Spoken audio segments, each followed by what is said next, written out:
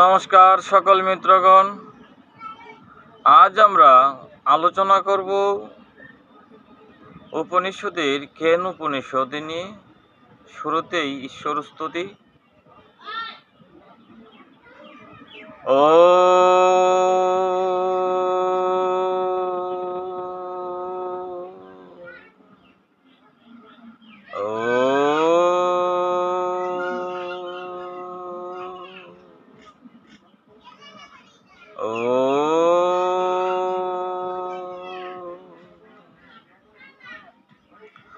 ওম ব্রহ্মানন্দ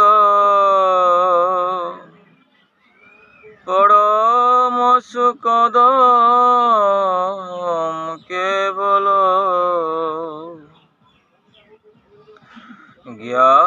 জ্ঞানমূর্তি দ্বন্দ্বাতীত গগন সদৃশ তত্ত্বমসদিলক্ষম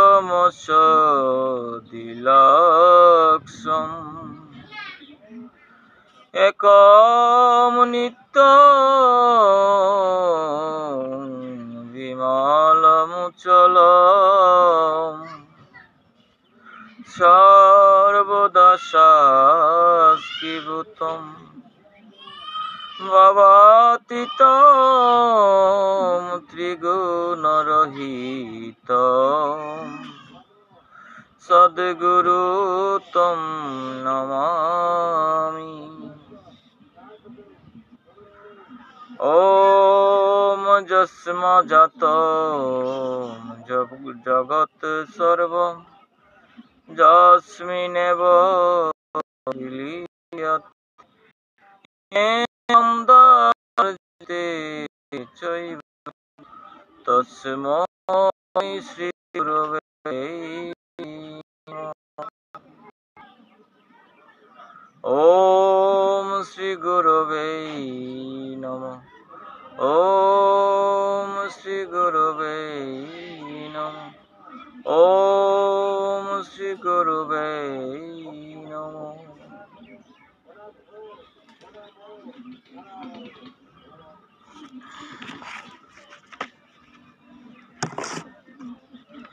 অথ কেন উপনিষদ এর প্রারম্ভ। ভূমিকা। এই উপনিষদ সামবেদের ব্রাহ্মণ গ্রন্থের অংশ হওয়ার কারণে এটি সামবেদীয় উপনিষদ, অর্থাৎ কেন উপনিষদটা হচ্ছে সামবেদীয় উপনিষদ। সামবেদের তলবকার ব্রাহ্মণের অন্তর্গত হওয়ার কারণে একে তলবকার উপনিষদ বলা হয়। এই ব্রাহ্মণের ৮ অধ্যায়ে কর্মকাণ্ডের প্রতিপাদন করা হয়েছে এবং নবম অধ্যায়ে ব্রহ্মবিদ্যার বর্ণনা করা হয়েছে, ঈশ্বর প্রাপ্তির বিষয়ে বর্ণনা করা হয়েছে, যা তলবকার উপনিষদ নামে প্রসিদ্ধ। এই শাখার তলবকার নামের কারণ সম্ভবত এরূপ হতে পারে যে ঋষি সাম গানের সময়ে হস্তচালন দ্বারা সামবেদের উদ্ধত্তাদি স্বরের বোধ করেছিলেন। এই ঋষির নাম অনুসারে এই শাখা তলবকার নামে প্রসিদ্ধ হয়েছে। এই শাখা লুপ্ত হয়ে যাওয়ার ফলে কোনো কিছু সঠিকভাবে নির্দেশ করা কঠিন। উপনিষদের শুরুতে কেন এই তৃতীয়ান্ত পদ দ্বারা প্রারম্ভ হওয়ার কারণে এটি কেন উপনিষদ নামে অধিকতরই প্রসিদ্ধ। এই উপনিষদের মূল প্রতিপাদ্য বিষয় হচ্ছে বাক্য মনাতীত এক ও অদ্বিতীয় ব্রহ্ম, অর্থাৎ বাক্য এবং মনের যে অতীত এক এবং অদ্বিতীয় পরমেশ্বর। উপনিষদের শেষ ভাগে বিষয়ের সমাপ্তি করে ঋষি বলছেন, ব্রাহ্মীম ভাব তো উপনিষদ ব্রহ্মেমিতি, অর্থাৎ আমি এতে ব্রহ্মবিদ্যার প্রবচন করেছি, অর্থাৎ ঈশ্বর প্রাপ্তির বিদ্যা বলেছি। এই উপনিষদে কেন, খ, কিম ইত্যাদি প্রশ্নের দ্বারা ব্রহ্ম বিষয়ক জিজ্ঞাসা উৎপন্ন করে ব্রহ্মের বর্ণনা করা হয়েছে। মনে জিজ্ঞাসা উৎপন্ন না হলে কোনো প্রশ্নেরই উত্তর পাওয়া যায় না। তাই উত্তর প্রাপ্তির জন্য প্রশ্ন করা অনিবার্য। বেদশাস্ত্রে অনেক স্থলেই প্রশ্ন উত্তর শৈলী দ্বারা জ্ঞেয় বিষয় প্রকাশ করা হয়েছে। যেমন ঋগ্বেদের দশম মণ্ডলীর 129তম সূক্তের প্রথম বা 1 নং মন্ত্রে বলছেন, কিমাভরিব গৃহ কৈশ্য শর্মলভ্য কিসা কিমাসিম গহনম গভীরম কো অন্ধবেদ কইহ প্রবোচকুত অজাতকুত ইয়ম বিসৃষ্টি। ঋগ্বেদে দশম মণ্ডলের 129 সূক্তের 6 নং মন্ত্রে এভাবে প্রশ্নোত্তর শৈলী দ্বারা এই উপনিষদে ব্রহ্মতত্ত্বের বর্ণনা করা হয়েছে। জীবের একমাত্র সেই ব্রহ্মকে উপাসনা করা উচিত, যার আশ্রয়ে নেত্র সূত্রাদি ইন্দ্রিয় সমূহের নিজ নিজ বিষয়কে গ্রহণ করার শক্তি লাভ করে। যারা ব্রহ্মের স্থানে অন্য জড় পদার্থকে উপাসনা করে, তাদের এই উপনিষদ বারবার নেদম ঐদম উপাসতে বলে স্পষ্টভাবে প্রতিষেধ করা হয়েছে। সেই সঙ্গে এটিও নির্দেশ করা হয়েছে যে বিদ্যয়া বিন্দতে হমিতম, কেন উপনিষদের 2:4।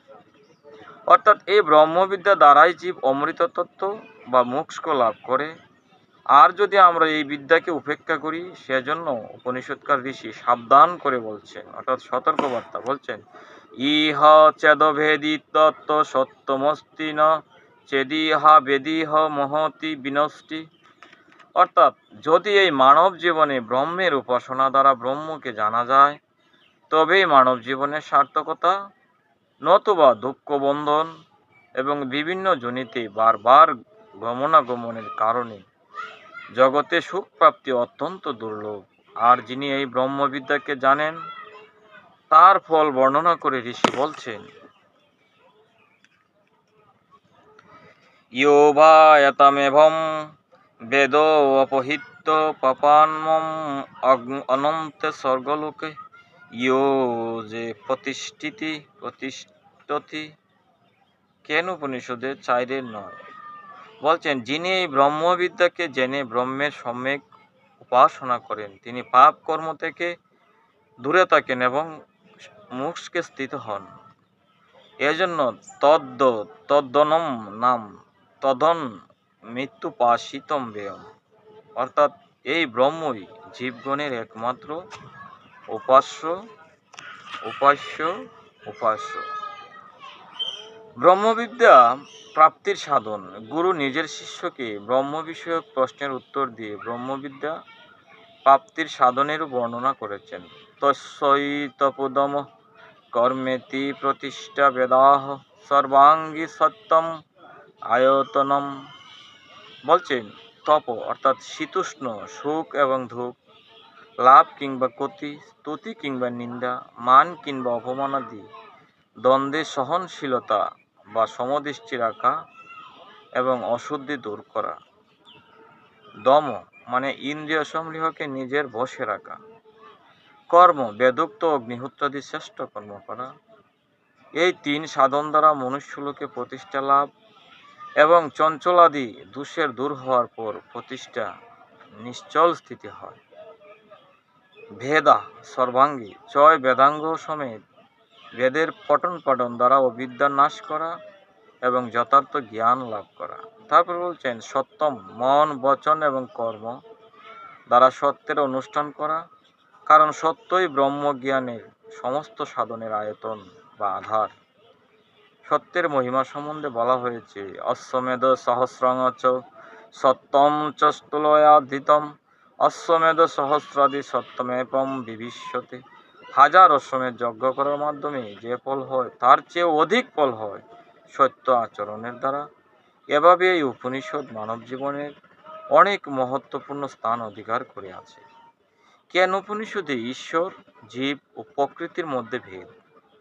ঈশ্বর উপনিষদের প্রারম্ভে বা শুরুতে ইন্দ্রিয়াদির প্রেরককে? এই প্রশ্নের উত্তরে ব্রহ্মের বর্ণনা দিয়ে বলা হয়েছে, এই ব্রহ্ম এই শরীরের দর্শন শক্তি, শ্রবণ শক্তি, মনন শক্তি, বাক শক্তি এবং প্রাণন শক্তির দাতা, অর্থাৎ তিনি সব। শ্রোত্রস্য শ্রোত্রম মনস্য মনু ইয়াদবাচ্য হবাচম সৌ প্রাণস্য প্রাণ। বলছেন তিনি নিরাকার নির্বিকার ও অনন্ত হওয়ার কারণে অতি ইন্দ্রিয়, মন ও ইন্দ্রিয় সমূহ তার সীমা জানতে পারে না। অর্থাৎ ন তত্র চক্ষুর গচ্ছতি ন বাঘ গচ্ছতি ন মনো। তৃতীয় খণ্ডে আলঙ্কারিক আখ্যাদির মাধ্যমে ব্রহ্মের মহিমা বর্ণনা করা হয়েছে। এই খণ্ডে ব্রহ্মকে যজ্ঞ নামে সম্বোধন করা হয়েছে, যিনি হৃদয়াকাশে ব্রহ্মবিদ্যার প্রকট হন। এভাবে উপনিষদের সর্বত্রই ব্রহ্মের মহিমা বর্ণিত হয়েছে। জীব, এই উপনিষদে অনেক স্থলে উপাস্য, উপাসক এবং গাতা জ্ঞেয় ভাব দ্বারা ব্রহ্ম থেকে জীবের ভিন্নতার স্পষ্ট রূপে প্রতিপাদন করা হয়েছে। দ্বিতীয় খণ্ডে বলা হয়েছে ইহ চেদ বেদি তত্ত্ব সত্যমস্তি ন চেদিহা বেদি হতি বিনষ্টি। কেন উপনিষদের 2-5। এই মনুষ্য জন্মে এসে জীব যদি সেই ব্রহ্মকে জানতে পারে তখনই তো তার জীবন সফল হয়। অর্থাৎ এই যে আমরা দুর্লভ মনুষ্য জন্ম পেলাম, এই জন্মেই যদি ব্রহ্মকে জানতে পারি তাহলে এই জন্ম সফল, সার্থক। নতুবা বিভিন্ন জনিতে জন্ম মৃত্যুর চক্রে পতিত হয়ে তার মহা দুঃখ লাভ হয়। এতে স্পষ্ট যে জন্ম জন্মান্তরে ব্রহ্ম জ্ঞাতা নয়, বরং ব্রহ্ম থেকে ভিন্ন জীবাত্মাই জ্ঞাতা, আর জীব জ্ঞেয় ব্রহ্মকে জেনে দুঃখ থেকে মুক্ত হয়। এই সংসারে বদ্ধ মুক্ত হওয়া জীবাত্মা ব্রহ্ম থেকে পৃথক। চতুর্থ খণ্ডে পাপ প্রবৃত্তি থেকে জীবাত্মাকে মুক্ত হতে বলা হয়েছে।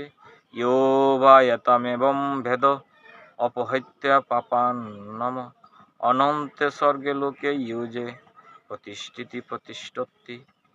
যে বিদ্বান এই ব্রহ্মবিদ্যাকে জেনে পাপ বাসনা থেকে মুক্ত হন, তিনি ব্রহ্মের সান্নিধ্য লাভ করে মোক্ষ সুখ প্রাপ্ত হন।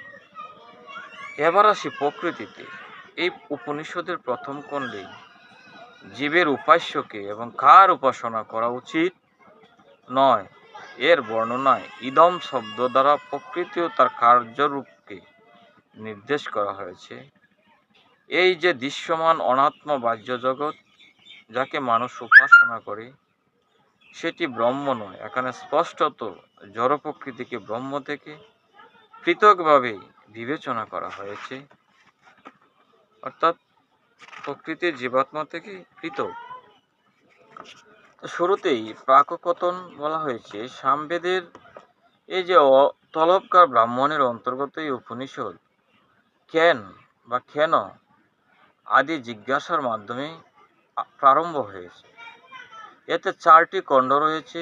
প্রথম খণ্ডের শুরুতে 4টি প্রশ্নের মাধ্যমে জিজ্ঞাসা উৎপন্ন করা হয়েছে যে কার দ্বারা প্রেরিত হয়ে এই মন অভীষ্ট বিষয়কে প্রাপ্ত হয়, প্রাণ সকর্মে নিয়োজিত হয়, মনুষ্য বাক্য উচ্চারণ করে, এবং কোন দেবতা এই নেত্রেন্দ্রিয় কর্মেন্দ্রিয়কে তাদের সকর্মে নিযুক্ত করেন। এই 4টি প্রশ্নের সমাধান করে ঋষি বলছেন, আমরা যে কান দিয়ে শুনি বা মন দিয়ে চিন্তা করি, মুখ দিয়ে বাক্য বলি, প্রাণন দিয়া ক্রিয়া করি এবং চোখ দিয়ে দেখি, এই সমস্ত ইন্দ্রিয়ের শক্তিদাতা ঈশ্বর বা ব্রহ্ম। শ্বেতাশ্বতর উপনিষদে বলা হয়েছে সর্বেন্দ্রিয় গুণাবাসম সর্বেন্দ্রিয় বিবর্জিতম। শ্বেতাশ্বতর উপনিষদের 3:17। অর্থাৎ তিনি সমস্ত ইন্দ্রিয়ের বিষয় সমূহের প্রকাশক, কিন্তু নিজে সকল ইন্দ্রিয় থেকে বর্জিত। এজন্য মানুষ সেই ব্রহ্মকে জেনেই সংসার বন্ধন থেকে মুক্ত হতে পারে, এছাড়া অন্য কোনো উপায় নেই। এই কারণে ব্রহ্মের স্থলে ইন্দ্রিয় গ্রাহ্য বিষয়সমূহের উপাসনার সম্বন্ধে বারবার নিষেধ করে বলা হয়েছে। আমাদের বাক্যের বিষয় কার্যরূপ জগৎ, মনের বিষয় বৃত্তিসমূহ, চোখের বিষয় দৃশ্যমান জড়চেতন বস্তুসমূহ, শ্রোত্রেন্দ্রিয়ের শব্দাদি বিষয় এবং প্রাণবায়ু বা গমনাগমন করছে, সেগুলি ব্রহ্ম নয়, বরং যার শ্রুতিতে এরা শক্তি পেয়ে থাকে তিনিই ব্রহ্ম। যার শক্তিতে এরা শক্তি পেয়ে থাকে তিনিই হচ্ছেন ব্রহ্ম। এভাবে প্রথম খণ্ডে ব্রহ্মের নিরূপণ করে দ্বিতীয় খণ্ডে ব্রহ্মের দুর্ভিজ্ঞতার বর্ণনা করে ঋষি বলছেন, মানুষের এতটা সামর্থ্য নেই যে পূর্ণরূপে ব্রহ্মকে জানতে পারে। অর্থাৎ ব্রহ্মকে জানার সামর্থ্যের বাইরে হচ্ছে জীবাত্মা বা মানুষ। যদি কেউ গর্ব করে বলে যে আমি ব্রহ্মকে পূর্ণরূপে জেনেছি, তাহলে প্রকৃতপক্ষে সে কিছুই জানতে পারেনি। কেননা মানুষ যতই ব্রহ্মকে জানুক না কেন, তা অতি সামান্যই। যখন আমাদের এই জগৎ সম্পর্কে পূর্ণ জ্ঞান, অর্থাৎ আমাদের জগৎ সম্পর্কে যেহেতু আমাদের পূর্ণ জ্ঞান নেই, তাহলে যিনি এই জগতের ঊর্ধ্বে, সেই পরমাত্মা সম্বন্ধে পূর্ণ জ্ঞান কিভাবে হতে পারে? এজন্য আমি ব্রহ্মকে পূর্ণরূপে জানি, এটি বলা ঠিক নয়, এবং ব্রহ্মকে জানি না একথা বলাও ঠিক নয়। বরং এটি বলাই সমীচীন যে আমি ব্রহ্মকে জানার চেষ্টা করছি। এভাবে কেউ যদি এই মানব জীবনকে ব্রহ্মকে জানার প্রচেষ্টা করে, তবেই তার মনুষ্য জন্ম সার্থক হলো। এরপর তৃতীয় খণ্ডে এক আলংকারিক বর্ণনার মাধ্যমে ব্রহ্মের মহত্বের ও বিশালতার বর্ণনা করা হয়েছে। এক সময় ব্রহ্মের বিজয়ে অন্নাগ্নি দেবগণ নিজেদের মহান ভাবতে শুরু করলেন। তারা মনে করলেন এই বিজয় আমাদেরই। তখন ব্রহ্ম বায়ুকে এই যজ্ঞকে জানার জন্য প্রেরণ করলেন। তখন ব্রহ্ম তাদের অহংকার নাশ করার জন্য যজ্ঞরূপে প্রকট হলেন। তখন দেবগণ ক্রমান্বয়ে অগ্নি বায়ুকে এই যজ্ঞকে জানার জন্য প্রেরণ করলেন। এরপর যজ্ঞ তাদের সামর্থ্যের পরীক্ষা করার জন্য সম্মুখে একটি তৃণ রাখলেন এবং বললেন এটি গ্রহণ করুন। কিন্তু অগ্নি ও বায়ু দুজনেই ব্যর্থ হলেন। অবশেষে দেবগণ ইন্দ্রকে জীবাত্মাকে প্রেরণ করলেন। তখন ব্রহ্ম অন্তর্হিত হলেন। এই আলংকারিক বর্ণনার মূল রহস্য হচ্ছে অগ্নি ও বায়ু জড়ো হওয়ার কারণে ব্রহ্মকে জানতে অসমর্থ, কিন্তু ইন্দ্র অর্থাৎ জীবাত্মা চেতন হওয়া সত্ত্বেও অহংকারী হওয়ায় ব্রহ্মকে জানতে সমর্থ নয়। এজন্য ব্রহ্ম জীবাত্মাকে দেখা মাত্রই অন্তর্হিত হলেন। যখন জীব সাধ্যায় গুরুকৃপা ও যোগাভ্যাস দ্বারা ব্রহ্মবিদ্যারূপ বিদ্যা প্রজ্ঞা লাভ করেন, তখনই যজ্ঞরূপ ব্রহ্মকে জানতে সমর্থ। এর বিশেষ বর্ণনা চতুর্থ খণ্ডে করা হয়েছে। পরিশেষে অগ্নি, বায়ু, ইন্দ্র এই ত্রিদেবকে অন্য দেবগণ অপেক্ষা উৎকৃষ্ট হিসেবে ঘোষণা করা হয়েছে। কেননা তারাই প্রথমে ব্রহ্মকে জানার প্রচেষ্টা করেছিলেন, কিন্তু তাদের মধ্যে ইন্দ্র অর্থাৎ জীবাত্মাই শ্রেষ্ঠ হয়েছিলেন। কারণ জীবাত্মাই চেতন ও জ্ঞানাদি গুণের কারণে এই যজ্ঞরূপ ব্রহ্মকে সর্বপ্রথম জেনেছিলেন। এরপর ঋষি ব্রহ্ম বিষয়ে আদি দৈবিক ও আধ্যাত্মিক দৃষ্টান্ত দিয়ে বললেন, এই ব্রহ্মকে সবার উপাসনা করা উচিত। এই ব্রহ্মবিদ্যা লাভ করেই মানুষ সবার কাছে সম্মানিত হয়ে থাকেন। এই ব্রহ্মবিদ্যা লাভের জন্য তপ, দম, কর্ম এই তিন মুখ্য সাধন, এই সাধন সমূহ 4 বেদ ও 6 বেদাঙ্গে প্রতিষ্ঠিত। আর সত্যই উক্ত সাধন সমূহ বেদ বেদাঙ্গের আধার বা আশ্রয়। যে মনুষ্য এই প্রসিদ্ধ ব্রহ্মবিদ্যাকে পূর্বোক্ত সাধন সমেত নিশ্চিত রূপে জানেন, তিনি জন্ম জন্মান্তরে সঞ্চিত অন্তঃকরণের মলিন বাসনাকে নষ্ট করে বিনাশরহিত সর্বোত্তম সুখাত্মক অবস্থা অর্থাৎ মোক্ষে স্থিত হন।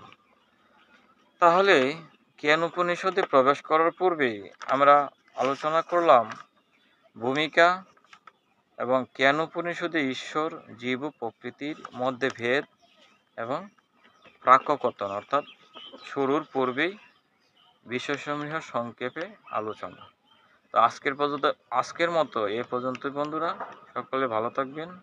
আগামী পর্বে আগামীকাল আবারও জ্ঞান উপনিষদ নিয়ে আলোচনা করব।